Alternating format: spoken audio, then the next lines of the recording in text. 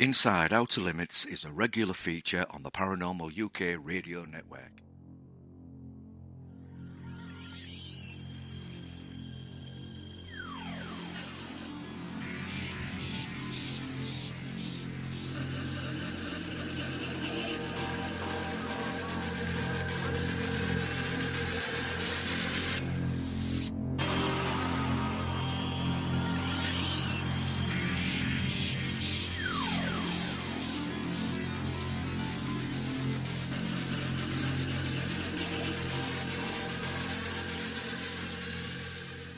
Hello everybody once more, and welcome to what is a very special edition of Inside Outer Limits radio show with myself, Chris Evers, the man from Outer Limits magazine, and also my co-host, better known as UFO royalty, the one and only Mr. Phillip Mantle. Hello Philip.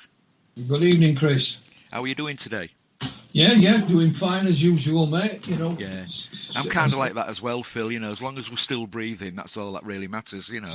Well, that's it. I mean, if you watch the news on a night, you'd slit your wrists, wouldn't you? You know. Well, you certainly would. Yeah, absolutely. We seem to go from one thing to another. There seems to be no end in sight. Hopefully, we'll get a vaccine soon, and we can start trying to bring life back to some kind of normality. Yeah, well, we'll see we'll see. I mean, I have my flu jab every year anyway, so yeah. Another needle in the arm won't make any difference. I've had thousands, so I'm not bothered. Welcome to my world, Phil. I know. And of course, you know, as everybody probably aware, I'm the guy who set up Flying Disc Press, and you know, I drew a line in the sand for myself and said I'm not taking any more books. I've got enough now for this year and next year, and you know, like an idiot, I've taken on 2 more. So well, they can always come out, mate. You know, I mean, at the end of the day, it's all about getting the relevant information out, and that's what today's show is really about, isn't it? Yeah, I mean, you know, one gentleman, and I turned him down earlier in the year, and he came back to me again and said, you know, I'd like to talk to you again about it, Philip. So I thought, well, fair enough. So the contract will be literally in the post to this gentleman in the States tomorrow. So keeps me out of Christine's hair anyway. Oh, yeah. I'm sure there's a joke there, but I'm not going to go down that line. Well, yeah, but while we're on books, while we're talking about books, there is a book I'm waiting to read.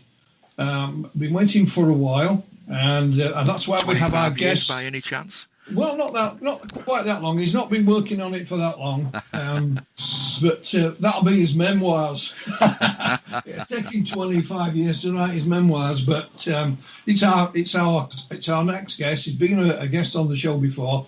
It is the man behind the Alien Autopsy film, Hoax, and it's Spyros Melaris. Good evening, Spyros. Good evening, gentlemen. Hi, very lovely to be with you again. Thank you for joining us once more. Absolutely great to have you on board once more. And this show, as I've just kind of like announced, is a bit of a special one because you've got a bit of an announcement to make, really, haven't you? Well, a few. Oh, excellent. Just to qualify something that Phillip said, it wasn't by design.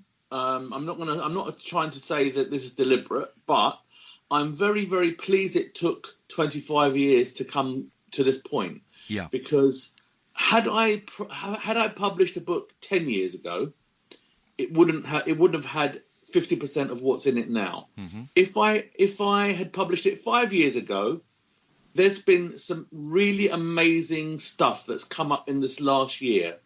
That stuff that I've been trying to dig up myself. I've lost contact with people, and you know, so I'm pleased it's taken this long for the reason that I've now got so much good stuff that it wouldn't have been there. So, I know exactly how you feel, Spyros, because you know, as you know, I wrote my own book about the Alien Autopsy film, and I published it a few years back, and then you know, more things have happened, so I updated my own book this year as well.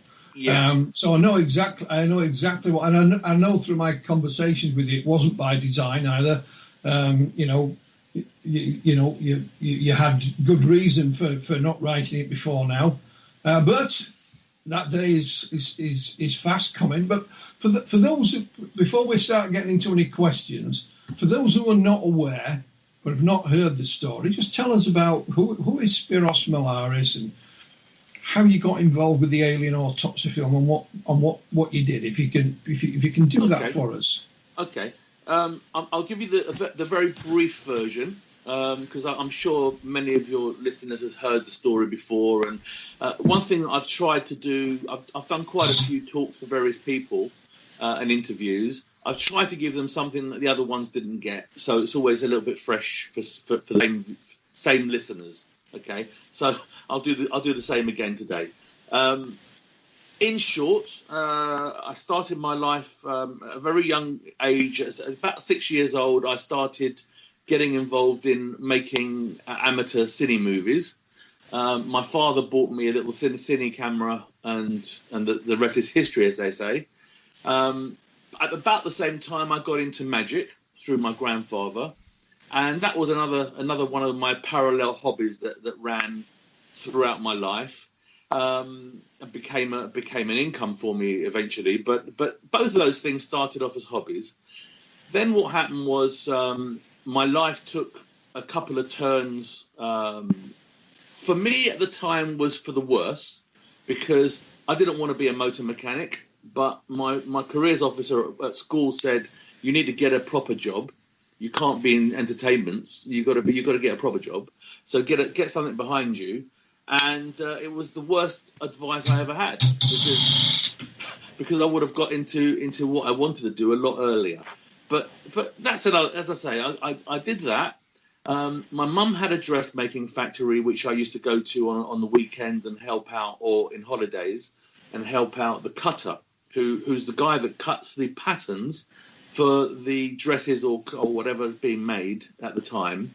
And so I learned a skill from him as well.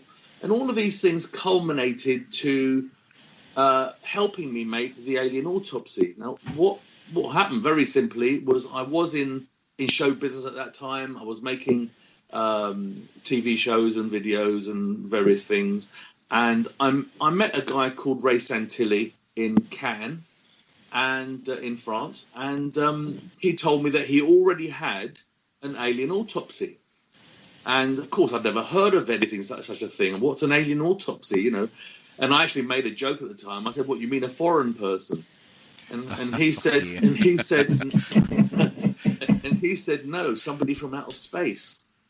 And I looked at him like he was mental, you know. I just looked at him and thought, this guy's not, it's not all there. And I've just wasted a few hours with him discussing various things. And I thought, oh, well, what a waste of time this was. But the inquisitive part of my nature said, what if? So let's have a look. I've come this far. I'll see what he's got, right? So I met him again in London, and he showed me what we all know now as the tent footage. And I told him very soon after I saw it that it was a fake, and it was shot on low-band video. Mm-hmm. So he originally I thought it was shot on VHS. But I also, you know, I thought, well, for those of you who don't know, there was a video format out at the time, which was called U-matic. And U-matic had two forms, which was low-band U-matic and high-band U-matic. And in essence, I thought it was either VHS, a camcorder VHS copy, or a U-matic recording. Mm-hmm. So, lo and behold, I was right. And Santilli at that time dropped his shoulders and thought the game's over for him, because he didn't think he's going to get it past anyone. He was showing this film to Phil Mantle, you know. He was showing it to other people and telling them it's real. So he was now concerned whether or not he's going to get caught out. I spoke to my friend John Humphreys, who he and I were working together on various projects. He's a sculptor who at the time was working in film special effects and TV special effects. And we used to do a few things together. And I said to John, you should have seen this thing. We could have done a lot better, you know, without even trying. And he said, well, why don't we? And that's when the penny dropped for me. So I was in the car at the time, so I'm driving along and I'm thinking, okay, so we do this. We can't tell people it's real and it's not real. so how do we do it? By default, you can't tell them it's not real. You've got to show them and pretend it's real, right? Mm-hmm. So the dilemma for me was, how do we do this and not rip anyone off, not lie to people? So I came up with a scheme, and I said to Santilli, I can make this film for you properly, Ray, but it needs to be done this way. We give it free to broadcasters and tell them we've got this unusual film, and do they want to investigate it? And if we make it good enough, and we do a little bit of pre-work by dating the film, then they will want to investigate it. They're getting a freebie, so they're getting something unusual for free, and it's the old adage, reel them in and then hit them at the end rather than at the beginning. So the idea was to make an expose film showing how we made the Alien Autopsy, and then sell that, because that would be an honest sale, right? Mm-hmm. So that was the idea in my head, and I believe Santilli wanted to go along with that idea as well, because it made sense. But what we didn't expect is that Santilli suddenly was being offered money for the film, because he gave it free only to one person, but one broadcaster, which was Channel 4. Mm-hmm. And I don't know whether or not Santilli did this by design or whether he did it by mistake. I knowing him, I think it was probably by design, that he gave it to Channel 4 knowing that I would hear about that because it's on my home territory. But then he used that information to go to America and say, well, a broadcaster in England has taken it and made a program. So that kind of gives it some credibility. And then you should buy it, you see. And then he would offer it for sale to Fox, as it turned out. So, and now Fox is buying it on the back of another broadcaster already having bitten the bullet. Mm-hmm. So, next thing you know, Santilli's found himself selling it all over the world and making money. Mm-hmm.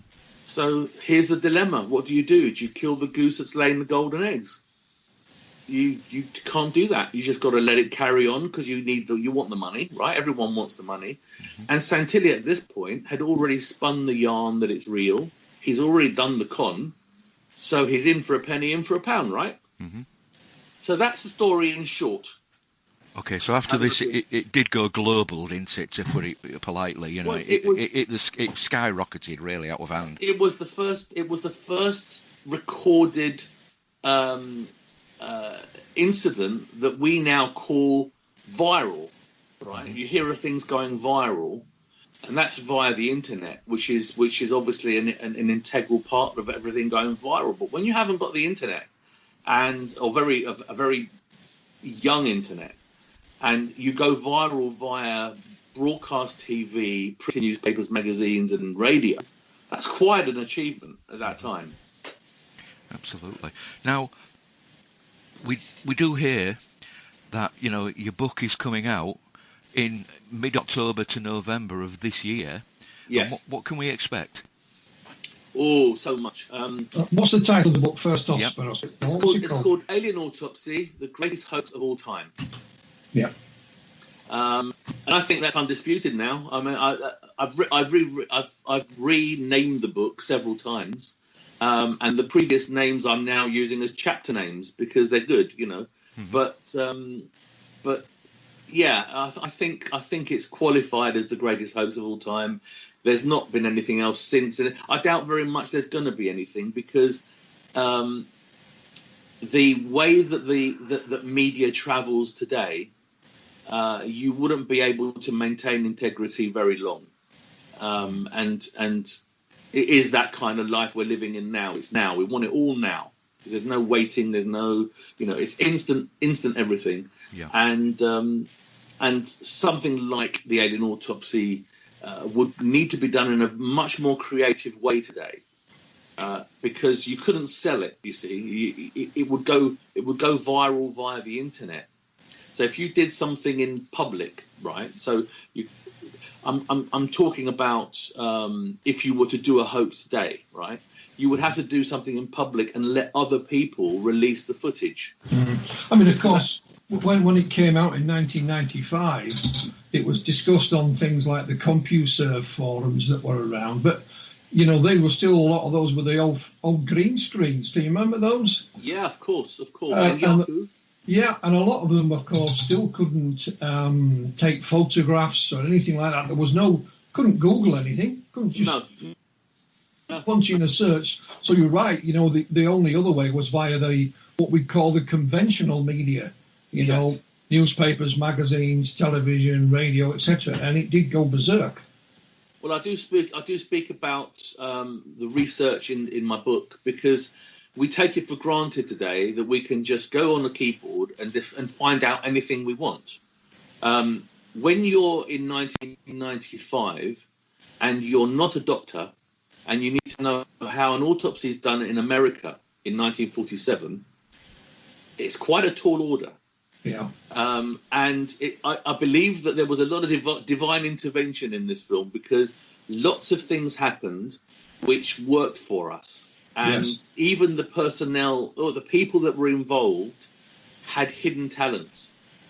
Things that they, like for example, I knew how to cut a pattern.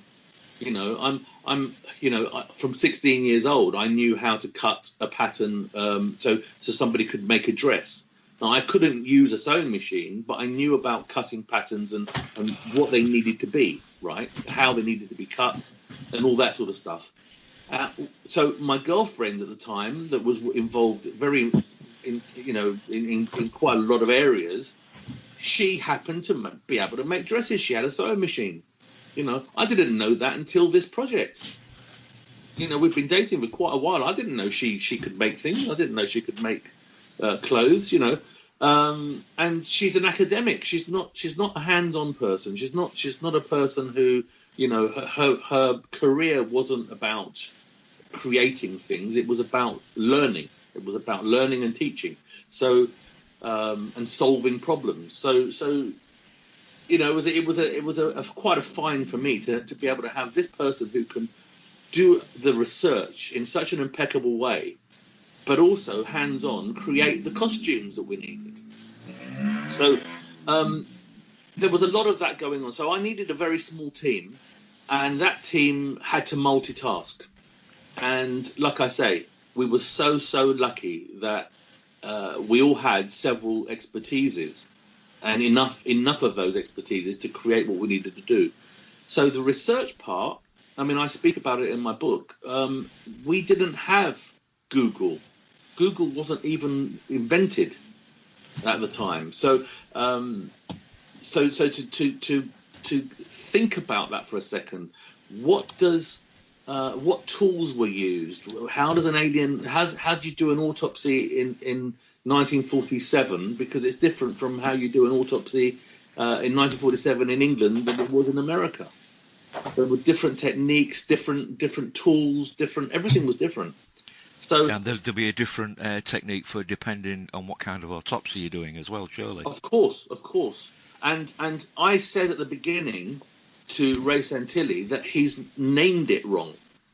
It's not an autopsy, it's a dissection. And he said, oh, well, it's too late now. Right? So we lived with autopsy. But Ray does that a lot. He uses the wrong word a lot. You know, he used to call Roswell. He calls his current story, you know, a restoration, where it's actually a recreation if we go with the story, right? It just uses the wrong words, you know.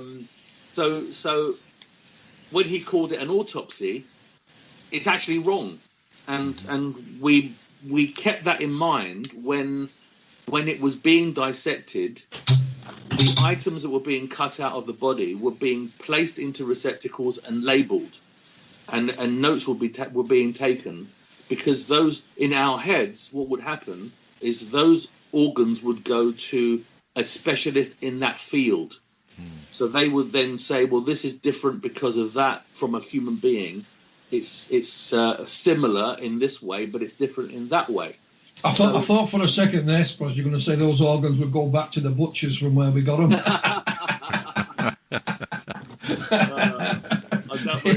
I doubt very she would have taken them back.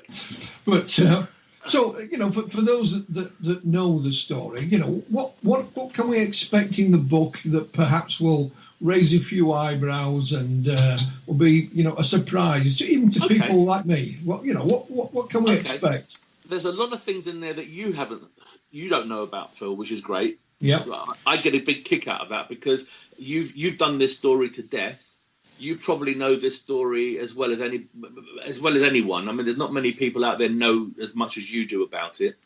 And what I'm revealing in the book are names of people you've never heard of who were involved in specific areas that, funny enough, I don't want to knock the UFO community or ufologists, as we call them, researchers. I don't want to knock them because, let's face it, right? They're making it up as they go along. They're dealing with something that we don't know about, and that's all there is to it, right? And you can only discover what you're told. You speak to people that say they saw an alien, and you've got to go with that, right? And then slowly you unravel whatever the thing is you're looking at. But no one's ever asked a number of questions which I felt were obvious questions, right? And I covered the questions in my book and also when we were making the film, I covered an awful lot of things that might come up and no one ever asked, and I find that amazing. And for example, wouldn't it be great to know where the clock came from? Mm-hmm. No one ever asked that. No one ever said, "Where did you get that clock?"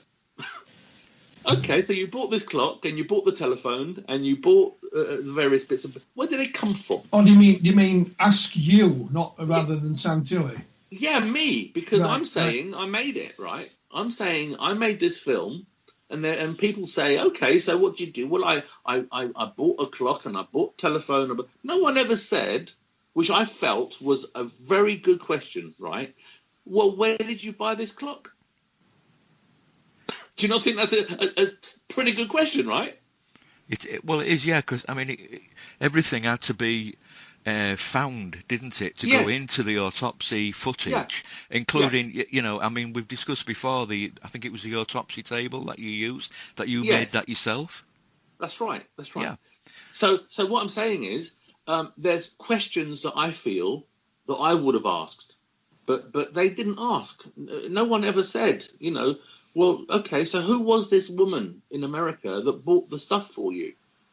I had a girl in America, and I said to her, well, if I need some stuff, I make pop promos and I make various videos and things. If I ever need anything, can you get it for me? She said, yeah, sure.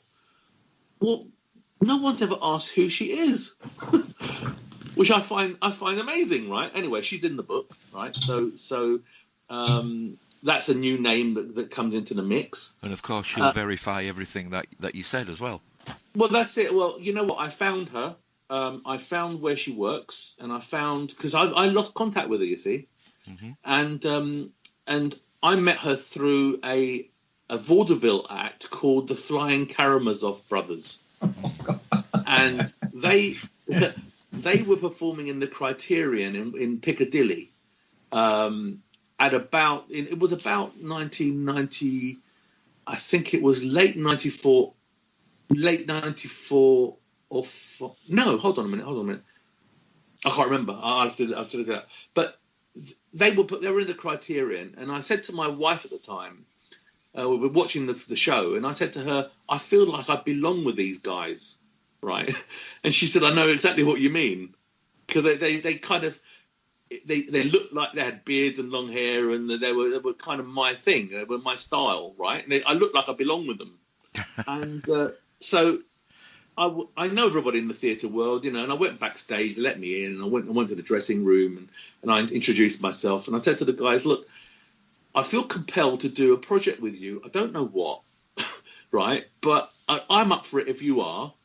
What do you think? And they said, sure. What do you got in mind? I said, well, what about a song and with a video, right? Because these guys juggle everything while singing and dancing, and really amazing act. And we agreed that we would do this. And I went to America, to New York, to film these guys in the theatre. And do you remember the song "Living in a Box"? Yeah. Yes. Do you remember it? By Living in a Box. Yeah. Yes. Living in a cardboard box by any chance. That's it. So I said to the guys, let's do a cover of that song, and we can use boxes within the video. You can juggle big cardboard boxes and appear in them and all sorts of things. And they love the ideas I came up with, and we ended up making this video together. And their stage manager was this girl. And I said to her, we should keep in touch. If I need anything, are you happy to? I'll send you the money and everything. Are you happy to buy me stuff and send it to me? And she said, for sure. So lo and behold, I sent her a fax that time, and I said, could you please find me a clock, anything from between 1945 to 46, that kind of thing. And she said, sure. And she found me a clock and sent it to me.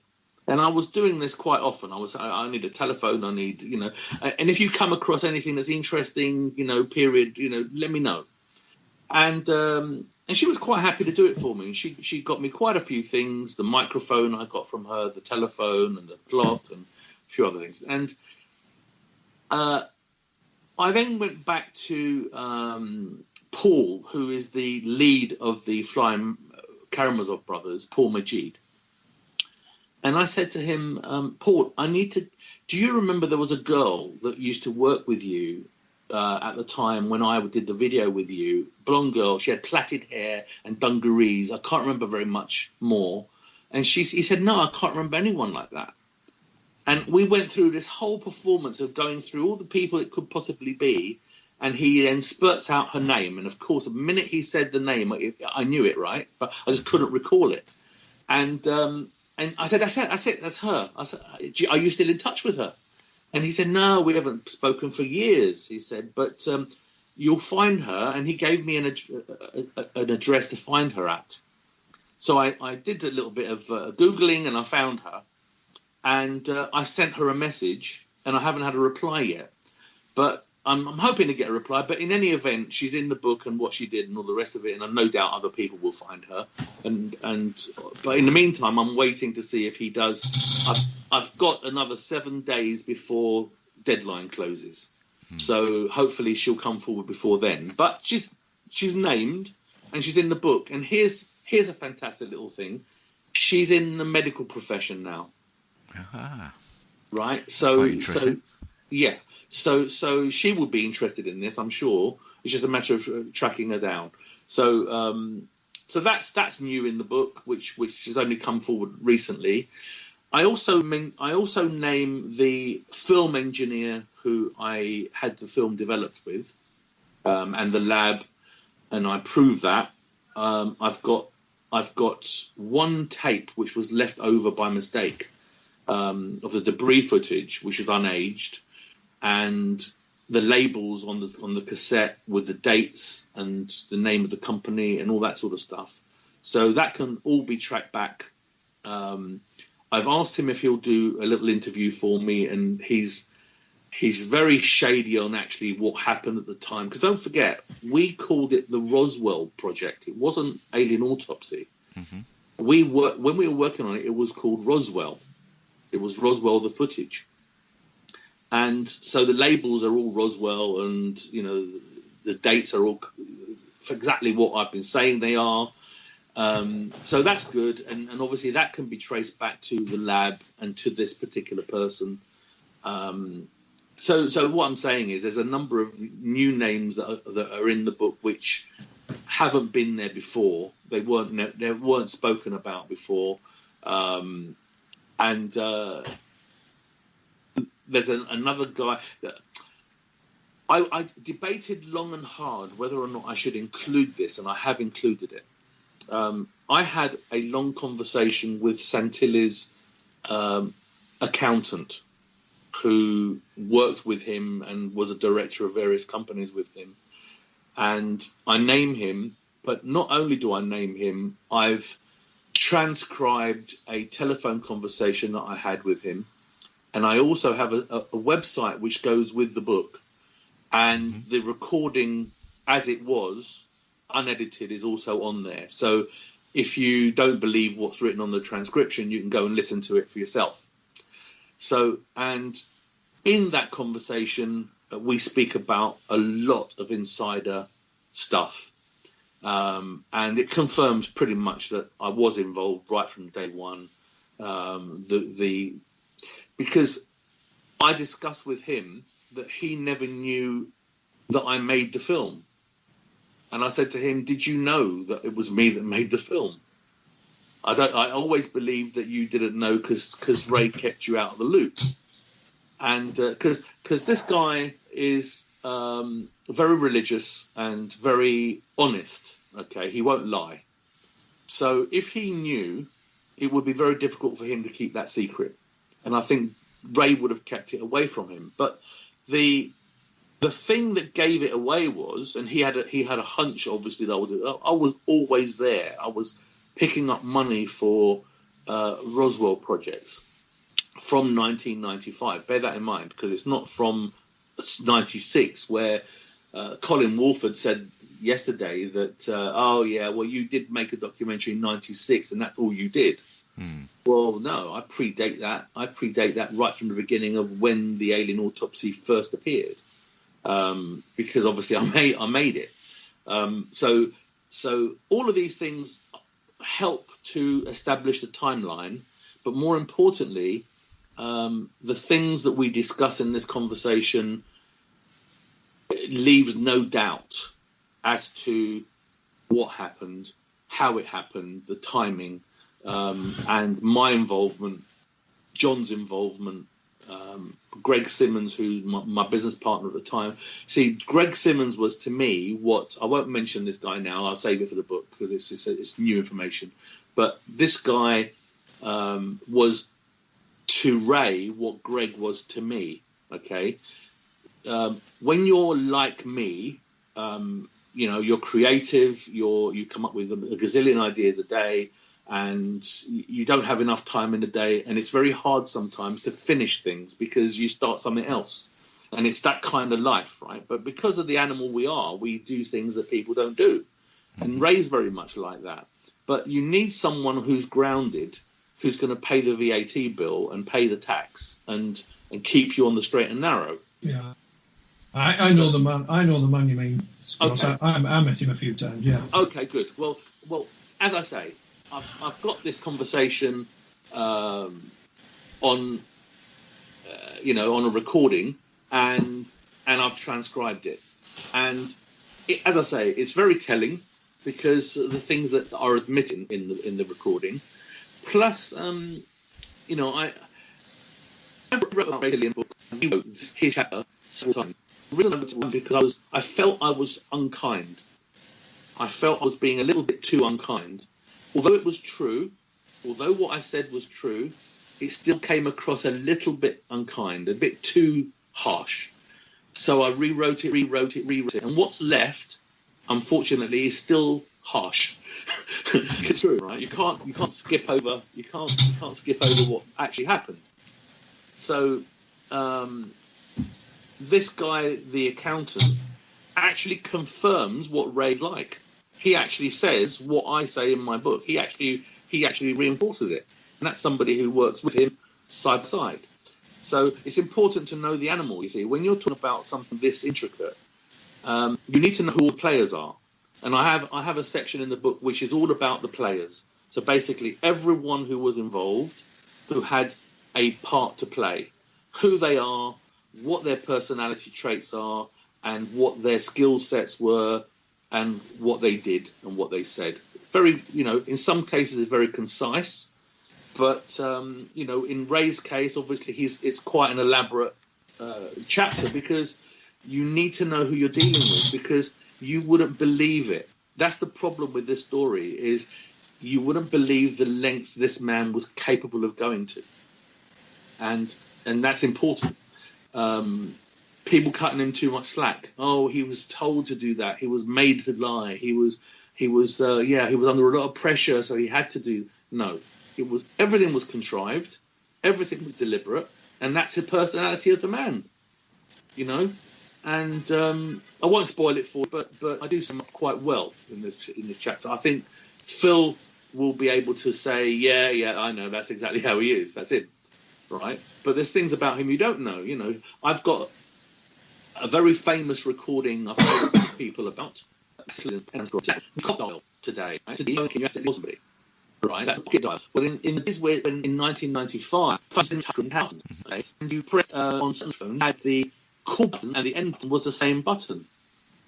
And what happened was I phoned Ray, and he was at lunch with Gary, and I had my conversation with him, ended the conversation, and I started to make a new phone call. He pressed the send button and sent me and redialed me. Okay, so his phone had dialed me and called me up and gone to my answer machine because I'm now on a new phone call. So on the answer machine, I've now got the recording of what Gary and Ray said after I spoke to Ray. Okay, and basically this recording is despicable because they plotted and schemed to bankrupt me and for me to lose my business and for them to buy my business back cheap and then sack me afterwards. Right? So in their pantomime, they've not only have they taken my business over, they've also left me and my family hungry. So I mean, it's, you know, I had that information, and that was the time that I fell out with Santilli when that happened. So it wasn't over the Alien Autopsy; it was over this backstabbing scenario. So again, I deliberated long and hard. Should I include this in the book? Is it relevant? Is it pertinent to the Alien Autopsy? Well, it is, because my relationship with Santilli was important to the reason why and how of the Alien Autopsy. So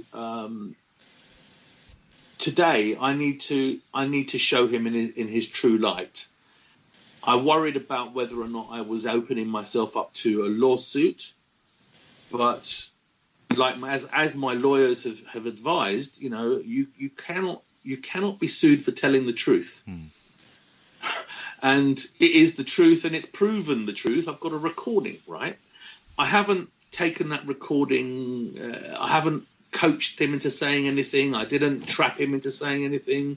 He did it of his own free will and just got caught out. So, can I ask you something, Spyros? Yes. And this is something that always puzzled me. You ever go to Ray Santilli's house? No, not once. And I mean, I talk about this. I talk about this in the book, and it's pertinent because I work with a good friend of mine called Zach Eastman in New York, and Zach was a very wise man. Bless his soul, he's not with us anymore. Very wise man. And Zach said to me on one occasion, "Do you know so and so?" Right? And I said, "Yeah, I know him." He said, "No, but do you really know him?" And I said to him, "Well, what do you mean? Do I really know him?" And he said, "Well, you don't really know a man unless you've been to their house."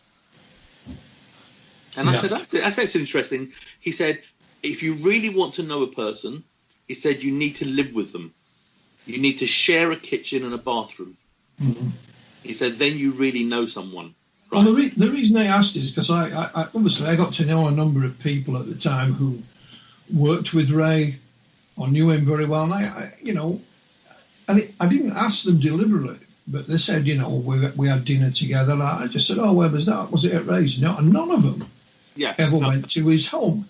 And then, you know, Ray says he's a businessman, which he is, of course. But what you find, and anyone can check this, you know, he doesn't have a working social media account. No. He has no Twitter. Do you know why? Well, let me finish. I know where he lives. Yeah. So when you check his address via the Google thing, you know, it drives down the street. It's all fuzzed out. You can't see it. And well, okay, I can understand the house, but I can't understand a businessman in today's age not having some kind of social media account. You know, I find it very puzzling. Well, The reason that Ray was very private in that respect because of two things. His world wasn't a world he wanted his wife and child to be in. And he would do anything in business, which wasn't very nice sometimes. And he never wanted anyone to have a repercussion, like the repercussion to be at his doorstep. And I've got accounts of people that have beaten Ray up. One of the people that told me that he actually paid someone to go and beat Ray up for double-crossing him. And this is somebody that I trust implicitly who used to be Ray's employer. And I thought to myself, okay, so this is nothing new. He's always been this way, right? So if you can bear in mind that if you're living in a world where you're stitching people up and you're doing a bit of skullduggery here and there and people always after you, then the last thing you want is people knocking at your door and harassing your wife and kid. The other interesting thing that Ray always used to do as well is anything of value was in his wife Maggie's name. He never had anything in his name. His house isn't in his name. Nothing's in his name. So he would have it either tied up into a company or in his wife's name. So in the event, which was inevitable, that somebody did eventually sue him, he would have nothing to give them. And that's how the man is. That's how he operates. So he used to come to my house, right? He would come to barbecues and parties at my house regularly, and I would always invite Maggie and Luke, and I'd say, why are you not bringing Maggie and Luke? Bring them, it'd be lovely to see them. And, oh, well, she's busy, she's this. Never, not once did he ever turn up with the family, which again was a strange thing. I'm Greek. I don't get that. I don't understand it. But that's what he was like. I was very fortunate. And I say fortunate because not many people got to do this. We have a mutual friend who runs a wildlife park and a zoo. And they had... Ray wanted me to do a DVD for children, right? And we wanted to go and film a black sheep and a few other bits and pieces for these nursery rhymes. And he said, would you mind if my wife and little boy went along, because they've got some tiger cubs and I'd like Luke to play with the tiger cubs. And I said, no, not at all. So I actually went to the zoo with Maggie and Luke and had a fantastic day with them, filming and all that sort of stuff. And I know that no one else has had that privilege of getting that close. So it's not because he's private. It's not because he's a private man. It's because he needs to be elusive, right? And bear in mind, if he did have a social media account that was active, wouldn't everyone be driving him mad? Mm. They would. They'd be driving him mad. They drive me mad, but I don't hide from anyone. So you know what? It's part of the course. But when you're hiding though, when you've got lies and you've got to live with those lies, then you can't be public and you can't be there and answer anyone. You just can't be there. And that's why you'll find that John Humphreys is hiding, and that's why you find that Ray Santilli's hiding, because they can't keep up the lie. They can't keep telling the same story and then eventually not have any evidence. No, they have nothing. They can't even say, like me, I haven't got a lot of evidence for some things, but I'm here talking to you, and I'm consistent, and I do have a lot of other evidence. So it kind of points in the right direction. When you've got nothing, though, it becomes a very short conversation. Yeah, you did say that you was going to tell the full and complete story of this. What's and all. Do you think that could be part of the reason why he's a little bit more elusive? He may fear some kind of lawsuit himself. I don't know how he's going to play this. I've actually taken no prisoners in this book, and What I'm saying. Help! Yeah, you're safe. But I've taken no prisoners in the book, and you know what? If they want to sue me, I get my day in court. I'm happy with that. If Ray feels that he wants to take me on, I said to you last time, Phil, this is a boxing match, and I'm the champion of the world. Mm-hmm. Yeah. Right. And if you want to take me on, you've got to get in the ring with me. And if you don't, right, you're not a contender. So if he wants to get in the ring with me and risk being knocked out, that's good for me. I'm happy because I'm the champion of the world. I'm going to knock him out. So that's the reality. If he ends up in court, a judge is not going to take the shit and nonsense that he's been feeding us, right? How many times? Oh yes, I've got film. No, I haven't. Yes, I have. No, I haven't. Yeah, I have. The judge is going to say, do you know what? Time's up. Give us the film. Haven't got any. Right. Next. Right. That's it. Guilty. Yeah. Next. I was actually referring, Spyros, to Yeah. the possibility of him being sued by American broadcasting companies. That's going to happen. So it could be elusive because of that. Well, it's going to happen because you can't have my story correct and his story not being fraud. Mm-hmm. You can't have it. You can't have it both ways. It's either it's not fraud and my story is not correct, or it is correct and it is fraud. There's no middle ground. Okay. So unfortunately, my telling the truth is going to be the reason why a fraud has been uncovered. And that process has already started. And I can't tell you too much about that, but I can tell you that there is no interest and no appetite from people like Fox to sue Santilli. Okay? Because they've made money. Yeah. They've made a lot of money. And in legal terms, you have a thing called mitigating your loss. Okay, that's what a judge asks you to do when you've had a loss. You say, I've lost this much, and this is how I've lost it. This is where I've lost it. So, for example, I had a car accident, I can't work, and my losses would have been my wages. Okay, so you mitigate your loss versus what you gained, and you come up with a figure. Now, Fox can't do that because they can't mitigate a loss when they've made a profit. So who are you suing and why are you suing them? Well, we're suing him because it was fraud. Okay, and what's your claim? How has it hurt you? It hasn't hurt us. Okay, so who's been hurt? Right? It's not Fox. They have no appetite. But I've been hurt. So Fox will then have to toe the legal line if I bring them into it. And that's where we're at. So I'm not out to sue Fox because I have no need to. Fox will ultimately, with all the other broadcasters, ultimately will have to do the right thing. And the right thing will be to pay me because they paid the wrong person.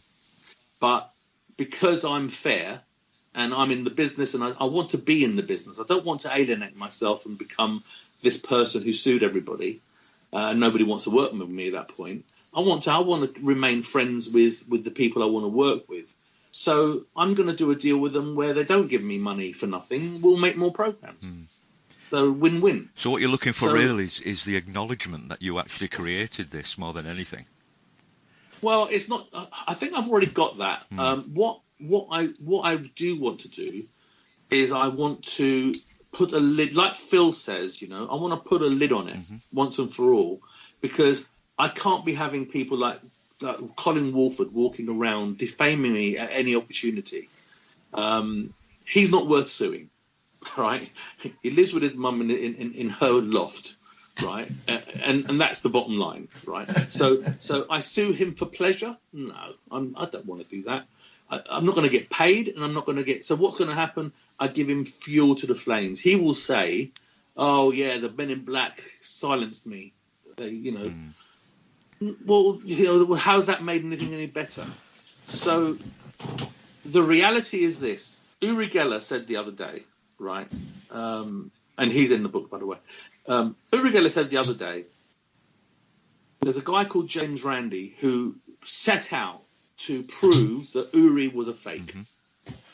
And he made his career out of that. And I said to him, "Are you upset with that?" And he said, "No."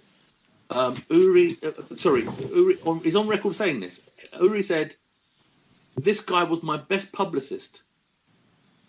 He said it was an unpaid publicist. Because as long as he spoke about me, as long as they spelt my name right, I was always in the news. Right? And that was his attitude, right? Thank you, James Randi, for that, right? And Wolford, to be fair, has created a situation where there is a left and a right to the argument. There's the conspiracy theorists who believe the Wolford story, which is completely made up, but who cares, right? And then there's me, who tells my story. And as long as that's happening, this stays alive, right? If we all agree this is real, that's great, and it finishes. It ends there, right? It goes into the history books as, oh yeah, there was this fake that Spyros made, and that it finishes there. But like Phil says, it's not going anywhere. It's never going to go away. I buy that now. I didn't before, but I buy that now. And I didn't think my book would sell.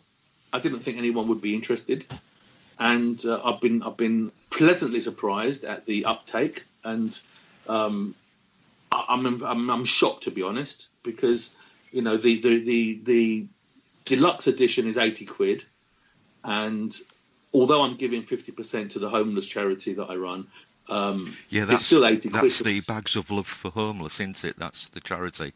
Yeah. It's Bags of Love for homeless, and it's still £80. And although can I just interrupt there? How come you need £80 when the Men in Black are paying you anyway, Spyros? Come on. I don't need it anyway. I don't need it anyway. But you know what? If you've got a gold sovereign, what are you going to sell it for? Exactly. Right, the value of a gold sovereign, right? Yeah. So it's nothing to do with it. But the Men in Black, right? I would love them to pay me. I would love to be. I'll have a job with them as well if you're the one going. Yeah. Secret agent. The deluxe version then, Spyros. I know it's a limited edition. How many are there of that? There's 500. 300 have gone. Well, that's brilliant. And it's good. It's lovely. It's lovely quality. The pages are thick and nice to touch. It's hardback, full of pictures and illustrations and photos. Can I ask a question? Yeah, of course. It's not in joined up writing, is it? Because if it is, Colin Wolford's no chance of reading it, has he? I'll let you into a little secret. I've asked all the places where it's being sold to add an algorithm which feathers out anything to do with Collins, Wolford's, and also with Santilli's and Ray's. So they come to me straight away so I can block them. I'm going to make it very hard for them to buy the book. I don't want them to have the book. They don't deserve it. They will get it eventually because somebody else will buy it for them. But this is me being petty, right? They don't deserve it. Now the book yesterday, again, I mean, I don't like to talk about Wolford because I don't like to give him publicity. He's not mentioned in the book anywhere. But he said yesterday, anyone can say anything in a book. Well, that's the extent of his research. Can I just say as well, anybody can say anything on Facebook as well. Of course. But that's not true. Anybody can't say anything in a book because if it's slander or libel, then you're in big trouble. Yeah. And not only that, Phil. Not only that. Let's suppose it's not slander and libel, and it's simply untrue. Okay, which is what he's implying. Yeah. If it's not the truth, guess what? It will be found out in 2 seconds, right? Because people can research stuff. So if I say this woman was the girl who bought the clock and she has to be a real person, somebody they can check, and she has to be in the right place at the right time. And because this person today is working in the medical field. I actually believe she's a doctor. I think she's qualified as a doctor, and she works for a big pharmaceutical company. Okay, so for me to tell you this woman actually was stage manager in 1995 for this band, right? Then you'll be able to check that, okay? And that's it. You know, it's not. You can't lie like that. You can't just make stuff up. Yeah, so there is another part of the story that has puzzled me, and it involves a different chap. I mean, people will be aware that Santilli had a business partner called Gary Shoefield. Yes. Now, Gary's back end of last year and into this year has cropped up out of the blue doing a couple of, interviews. And I've looked back on I met him many times. Yes. You obviously know him I know him very well. But in everything he says, and correct me if I'm wrong here, please, Spyros, he seems to be saying it's not me. Well, I'll tell you what's going to happen. Here's my prediction, okay? My prediction is that Ray will be found out unequivocally, so there won't be a question of, oh, well, maybe not. He will be found out. He will be dragged over the coals, and Shoefield at that point will say, I knew nothing about it, nothing to do with me. Yeah. Okay? And I'll tell you why I say that. I don't know about you guys, right? But I've been abroad with crews and with people that I've been working with or on holiday or whatever, okay? And I've been with people that I've gone with, okay? And there's not been a moment when I didn't know where they were. I don't need to know, but not once did, for example, Greg say to me, I'm going somewhere, but I'm not telling you where I'm going. Not once. He would say, I'm just going down the shop to get some whatever, right? I'm gonna go shopping with the girlfriend. We're back in half an hour. They would never just go somewhere and not tell the people they're with where they're going. Now, I say this because when you go on a shopping spree as a business partner to Cleveland, Ohio, and you're looking for memorabilia and footage from Elvis and various people, and Ray vanishes for a long time and comes back on his own, having met the cameraman, well, excuse me, but tell you what that is, right? That's need-to-know basis. Gary, you wasn't there, you don't know, therefore you can't slip up. Okay? That's the story we're going to tell. But you weren't there, so therefore you don't know. Well, hold on a minute. You met the cameraman. You say you bought Elvis footage, right? That's the story. This is the story we've been given. You bought Elvis footage, and he said to you, I've got something else you might be interested in. And you go to his house at another time. Do you not tell your partner, oh, listen, I've got this great stuff. I've got this stuff from this cameraman I just met. And I'm going to go meet him to see this other stuff he wants to show me. Do you want to come? You wouldn't not take them. That's what you're there for. You've gone on a buying trip. So for Ray to keep it secret from Gary when he doesn't even know it's an alien autopsy, bear that in mind, right? The guy didn't say, I've got an alien autopsy, do you want to come and see it? He said, I've got something interesting that you might be interested in, right? So why wouldn't he say to Gary, this guy's got some more stuff, let's go see what he's got? So it doesn't make sense. But it does make sense if you want to build a division between the two, so one can say at some point, I had nothing to do with it. I wasn't even there. I didn't even know about it. I don't know. Right? So I don't know if he met a cameraman. I never met the cameraman. I don't even know if it's right. So this is the problem. Now, I do name someone else in the book who is close to Shoefield. And this gentleman played the cameraman's son when he delivered the tape to Bob Kiviat. Do you know who I'm talking about, Phil? No, I don't. No. Okay, so it's a new name. So I do name the guy, and he was there with Shoefield when I was filming the fake cameraman's interview. So he was in his car that we drove around in to find the guy. So this guy isn't in the mix apart from this one thing, and I know he did play the part of the son.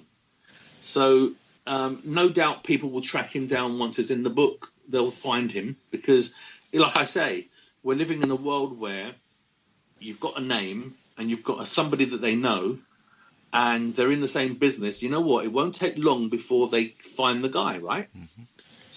So all of this slowly will fall into place. When you find the guy and you've got a picture of him, Kvyat will then say, yeah, that's the guy that brought me the tape.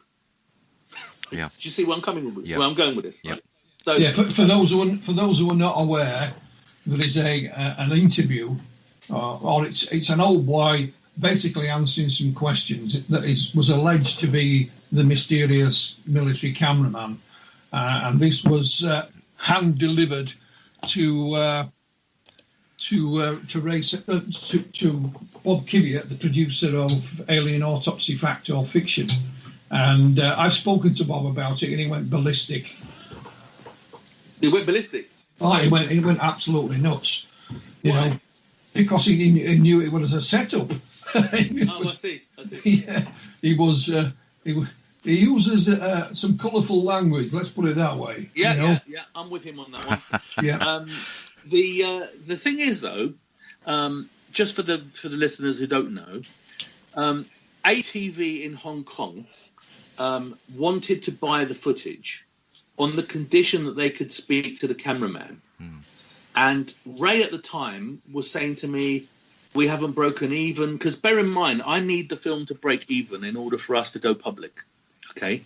And he said to me, if we can deliver an interview with the cameraman, they will then take the whole thing. Because what I'm going to do, we changed the plot a little bit because we weren't he needed to get Volker's money back, and you couldn't do that honestly, right? What I mean by honestly is I didn't want him to sell the footage.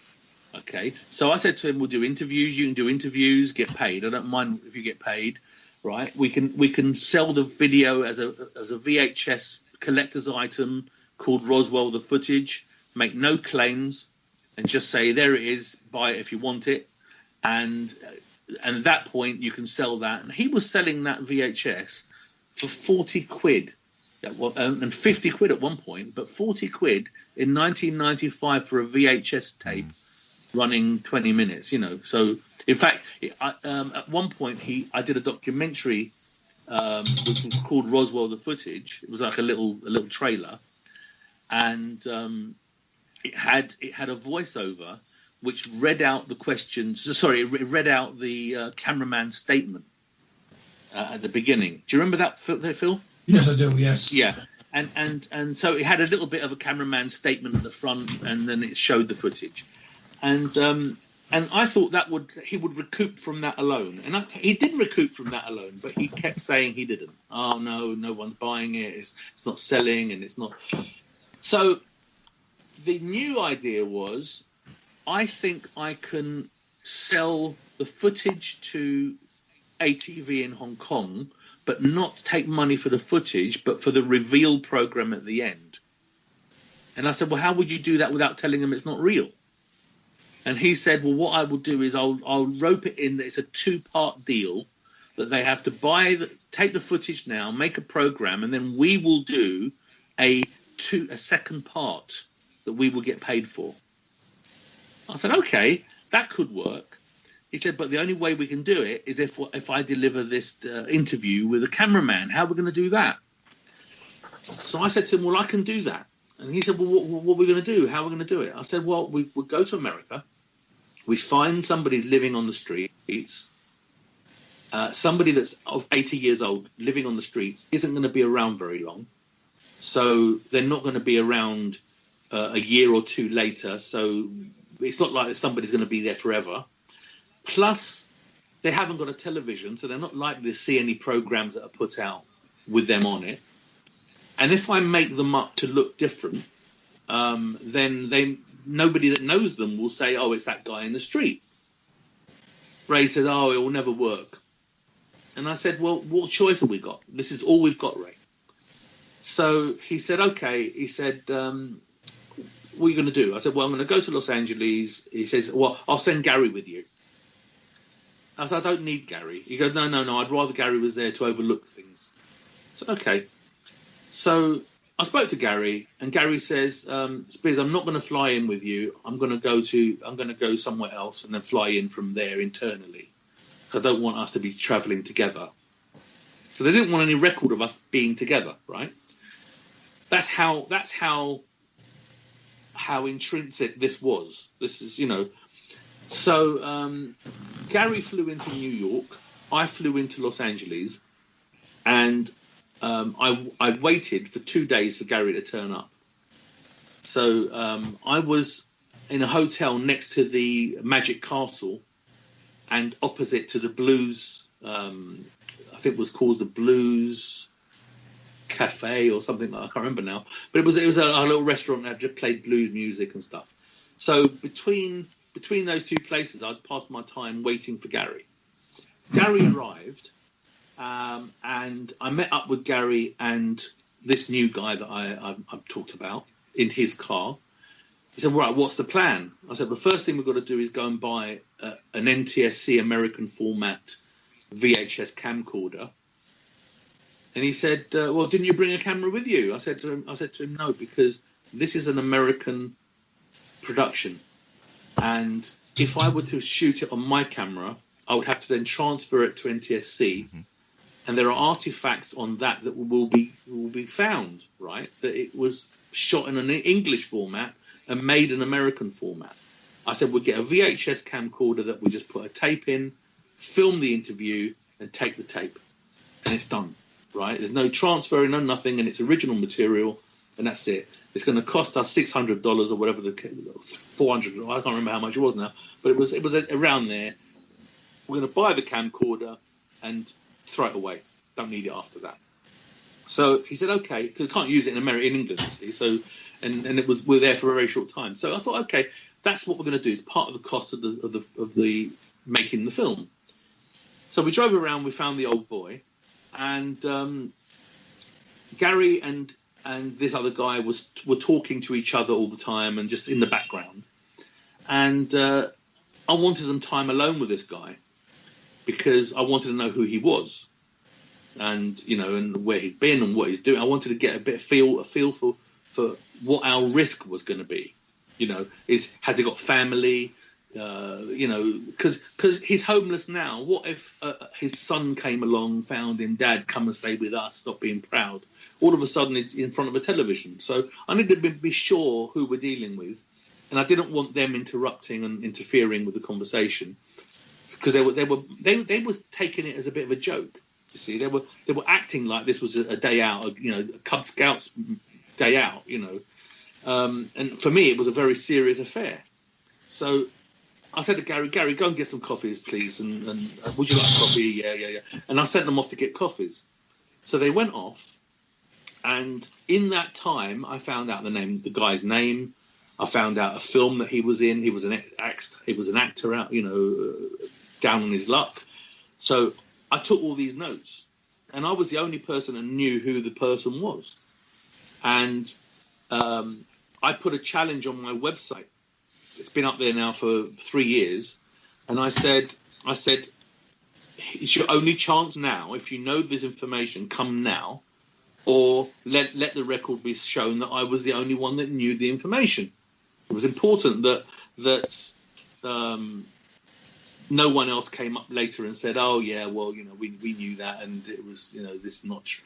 So I wanted it to be something only I knew, because it was important to me, right? So I named the guy, and I put some stills up. So I asked, first of all, if anybody can name who the cameraman was. No one came forward, and then I named him. Mm-hmm. Okay, so the first time his name ever came out was because I named him. And I've got a little section on him in the book with the film that he was in, and the scenes that he's in are also on the website. Funny enough, the film that he was in was a sketch kind of show, and it was the first time that we ever met Robin Williams. It was the introduction of Robin Williams, so it's a long time ago. Mm-hmm. Now, So just going back a little bit there, Spiz. I mean, Santilli's claim, and I've said this before, that he wanted to protect this mysterious cameraman's identity was silly anyway, because, you know, if he was the only cameraman there, allegedly taking the greatest footage of all time, you know, then surely the military authorities over there in the States, they would know who he was anyway. So it's completely fallacious what he's trying to do there, you know. What I do want to do, though, because we are beginning to run out of time, I know you've mentioned the limited edition deluxe hardback copy of the book and the price, you know, and that's available, isn't it, from late October, mid to late October, I think you said. What other versions are you doing, and when will they be available? Okay, well, I'm doing a normal hardback copy, which is it's a bit smaller than the deluxe one, and only by 2 centimeters, but it's a smaller size, and the pages are a thinner quality. So you know, the deluxe version is exactly what it sounds like. It's you know, a deluxe, lovely, you know, feely, touchy copy, and they're signed and numbered. Yeah, but superior paper stock, and you're also with that giving access to a dedicated website as well. Yeah, the website will be given to all of the books. Yeah. So if you've got the book, you've got the access to the website. The hardback edition is £55, and it's a great price because it's, as I say, it's full of colour pictures and it's a good book, right? So the last one is a paperback version. The paperback version is 21 centimeters by 21 centimeters, so it's square, and it's bigger than a normal paperback. And again, it's got all the same information in it, the same photos, the same everything, but it's a paperback, and that's £25. Okay. So they're there. Something else that I'm releasing about the same time as the paperback is what I'm very excited about is. Do you remember that in the debris footage there's some I-beams with the strange writing on? Yeah. Yeah. We've recreated those to scale size. Right. So there's going to not be many of them made, but I'm supplying some stuff for Uri Geller's museum in Israel. And I'm talking to a couple of other museums around the world that want a few bits and pieces. So we're going to make a full-size body. Oh, right. Excellent. I hope it doesn't end up in a film somewhere. It's a full-size body before it was cut open. And there are going to be very few of those because they're expensive. All of these things are handmade, so it's hard to make them. It's not like you don't just press them out of a machine. It takes a long time to make them. So here's the exciting part. In the debris footage, there are 2 I-beams. The small I-beam, I actually call them H-beams, but we called them I-beams because Jesse Marcel Jr. called them I-beams, and he was talking about something completely different, of course. And we just went along with the I-beam tag, so people understood we were talking about a similar thing. But they are actually H-beams. And I show in my book how they were made, how we made them. It's very interesting to see how they were constructed. But we're making a limited edition run of them as display items. But we've also done the rendition of my sketches, my original sketches, because not many people know this, but I was going to film the crash site. I was actually going to make a film of the crash site with President Truman actually in the set, and the spaceship in the distance. So I went as far as designing it all. So I did design the spaceship, and it never got made because Santilli got cold feet. He just felt that he's had enough success with the footage we had, and he felt that if it got caught now, it would be all wasted, right? So he got cold feet and decided not to do it. But I went as far as finding a hangar in Wembley to film it in, and I designed the spaceship. And the spaceship itself shows where these I-beams fit. So you can actually see them in situ before it crashed and smashed. And because what we see in the debris footage is all the bits and pieces that they picked up. Yeah. So the design of the actual spaceship is in three-dimensional drawings from my sketches, and my sketches are also in the book. So you can actually see how the ideas evolved, and where the language came from and how that evolved, and what the spaceship looked at like if it was intact. And it's quite an interesting thing.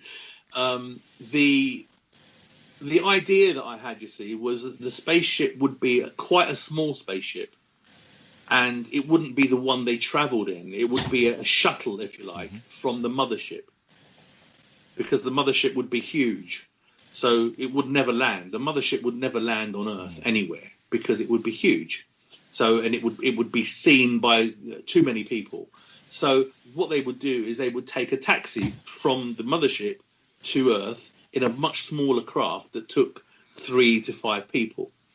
So that was my idea. So the ship that crashed in Roswell is a smaller ship than the ship they arrived in. That to me made a lot more sense. So that's what we're making that as well. So we've got a display case which has 2 debris, 2 H-beams, the ISIS one and the Eleftheria, which is the Freedom one. And it's also got the hand panel, you know, the control panels. It's got one of those and a spaceship. Excellent. So it's a lovely little thing. That's not a cheap thing. It's not. I haven't really priced it up properly yet, but it's not going to be cheap, and there are going to be very few of them. So if anybody's interested, get in quick. And to be, I know it's going to sound blasé, but I'm not really bothered if we don't sell any at all. I'm making a set for myself and for Phil, and I've got a friend in America whose name begins with S who's going to get a set, and a couple of twins in New York that are going to get a set, and that's going to be it. That's and obviously Urugela. Yeah. But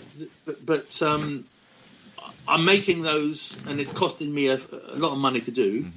And if I sell some, I might get some money back. Yeah. But when you make these I-beams, I take it there's going to be Greek writing on them again, but this time will it say not video? No, it's going to be exactly how it is in the film. Exactly how it is in the film. Oh, that's excellent. The explanation in the book about how the language came about. Is it going to have stamped on it "Made in Camden"? Yes. Now, should have. Spyros, sorry to interrupt you. Yes. As I say, we are beginning to run out. We've got about 10 minutes left, but I really wanted to ask you. Last time we spoke, actually, the previous time we spoke about this, which was about 18 months ago now, you mentioned there were a couple of projects which were ongoing at the time. And one of these was a documentary about this incident, you know, the alien autopsy footage, etc. And also, I think you mentioned a TV series or a series of some description where the timelines would be followed of each individual. Where are these now? What's the state with these? That's actually the same project. That's actually a TV project, a 6-parter. Now, what I did was, because I don't want to rock the boat with a movie that I want to make, and I've got a fantastic team who are keen to go. I'm in the business, right, and I'm ashamed to say that early on, when I was offered I was told that the film would be made by Netflix. I didn't think that was very prestigious, and I felt that I wanted to do something in Hollywood. And as it happens, Netflix has taken over Hollywood, and it wasn't. I never saw that happening. I never saw that on the cards. But Amazon is a huge player, and Netflix is a huge player, more so now than a lot of the Hollywood studios. So it's going to end up, by the looks of it, somewhere like Amazon or Netflix. The movie today is a completely different movie than it was 2 years ago when we last spoke.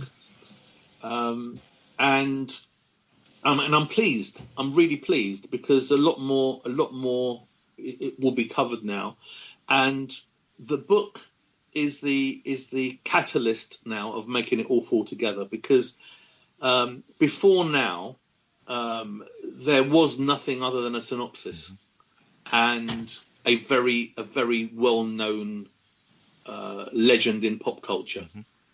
So that's all there was, and that was enough to get a deal. But today, it's nice for you to call me that, Spyros, a legend in pop culture. Thank you very much, sir. Thank you. No, I'm not going to call you that, Phil. You're UFO royalty. I've given you enough. It's going to stick that forever now, Phil. You know that, don't you? That's enough. I did you that honour. You're taking the piss now. So that's where we are. I want to. The book will go to all the right people, and that is the movie. So if you can imagine a dramatized version of the book, it's very funny in places. I mean, there's a lot of humour in it. John Humphreys is a funny person. He's a funny character, and that character alone is a find. My ex-girlfriend, she was great. Again, the comedy from her comes from her being so middle class and well spoken, and in there with the boys, And there's a lot of interaction between the characters, some funny scenes, very very risque stuff that happened. It's a good movie.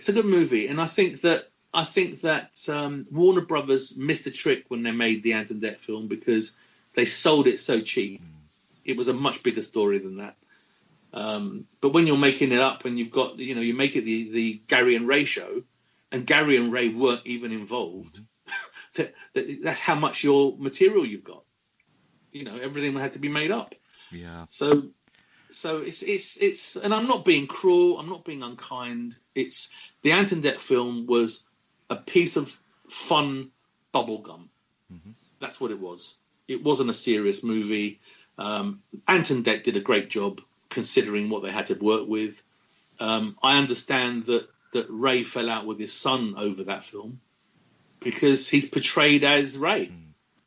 And going back to what we were saying about the family not being put in front of people, I think their impression of who Ray is and the reality of who Ray is are two different people. And I think that's the problem when you're living two lives, when you're this Walter Mitty character. Yeah. So sorry, Spyros, we've literally got 7 minutes left now. So what Yes. I wanted to do, where can we get the book? Okay. There's two places. You can either go to the Alien Autopsy.com, which has a button that says new book. Press that and it's all there. Or you can go to my publishing company, which is melarisinprint.co.uk, and it's on there. And you can buy it from both those places. After in November, everything will be on Amazon as well. So you can buy from Amazon if you prefer to do that. The difference, the reason I haven't published with Amazon is because, and not many people know this, but every book has an ISBN number, and that ISBN number is tied to a barcode, and that barcode is either logged with all the outlets or just Amazon. Okay. All of our books, because we publish other people's books as well, all of our books are in the British Library, and they'll be in Waterstones and WH Smith's and Menzies. So if you go into WH Smith's and ask them to order it for you, it's on their system. You see where I'm coming from? Yeah. So you've got lots of options to do that after November. But for the time being, that's it. The limited edition, if you want it, it's going quick. So I urge you to go and get that while they're still around. there's not going to be a repeat of that, so it is what it is. Each one is numbered and it's and signed, and each pertinent number. That when I say a pertinent number, for example, page 47 is pertinent because of 1947, and that particular book, number 47, has a special inscription with a signature. So there are select books that are in there, and it's first come, first served. So if you happen to be the 47th person, you get a little bit extra on that book. Equally, number 90. Number 95 will also have a pertinent, little special thing there. And there's a few dates that I've selected, numbers that correlate to dates and correlate to specifics. So this is going to be a massive collector's edition then, basically. Yeah, absolutely. So they'll have, yeah. So number one and number 500 have a pertinence just because they're the first and the last. And I've held those back. So all the others, they are what they are.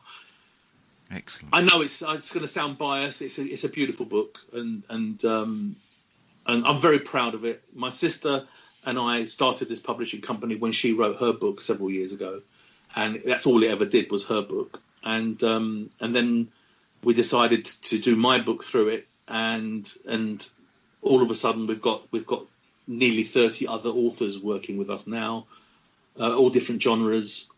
So that's something that lockdown has brought about. Excellent. Because more people are reading books and more people are writing books. Well, that's how it should be. So, yeah. Now, I'm going to say, I'm going to pinch some words off you now, Spyros. I'm going to read this from your actual website. Okay. If you are a UFO alien fan, you will love this book. If you are a psychologist and interested in the human mind, you will enjoy this book. If you are a film or art student, you will learn from this book. In fact, no matter what your stance or beliefs, no matter if you are an expert in the subject of UFOs, ufology, or just a spectator looking for an entertaining and educational account of one of the world's greatest true stories, this is a must-have book. That I'm going to say 100%. I agree totally with that. This man is the man behind the Alien Autopsy, the man who put it all together. And I just want to say, Spyros, thank you very, very much for joining us once again on Inside Outer Limits radio show with myself, Chris Evers, and Phillip. Yes, and I would wish you, the best of success with all these projects, Spyros. You know that. Thank you so much. I don't have to say it, but book, documentaries, movies, whatever it is you're involved in, we wish you, Christine and I wish you every success with them, mate. And I can't wait to read it. I really can't. Thank you so much. That means a lot to me because I don't take anything for granted ever. And friends are great, right? True friends are better. And it's lovely if you can mix, a passion, a job, a hobby, and do it with friends, right? So we've had a long journey together, Phil, and it's been up and down and all over the place. And you've been a constant. You've been the same person, no hidden agendas. You're a beautiful human being, and I love you for that. And it has been a hard journey sometimes. Because you're dealing with idiots that just want to run with conspiracies and stuff without doing any research. But at the same time, it's been rewarding too, right? So I don't regret any of it. No, me neither. Excellent. Well, all I'm going to say, ladies and gentlemen, is no one knows more about the Alien Autopsy than Spyros Melaris. Buy his book, get it in your library, and, in fact, tell everybody about it. Let's get this out worldwide. Thank you, Spyros, for joining us once again. Thank you, Spyros. Thank you for your time. Lovely to be with you again. Have you checked out the new Outer Limits magazine merchandise store? You can find it on our website with baseball caps, T-shirts, polo shirts, as well as many other items for male, female and children. You will be spoilt for choice. Inside Outer Limits is a regular feature of the Paranormal UK radio network.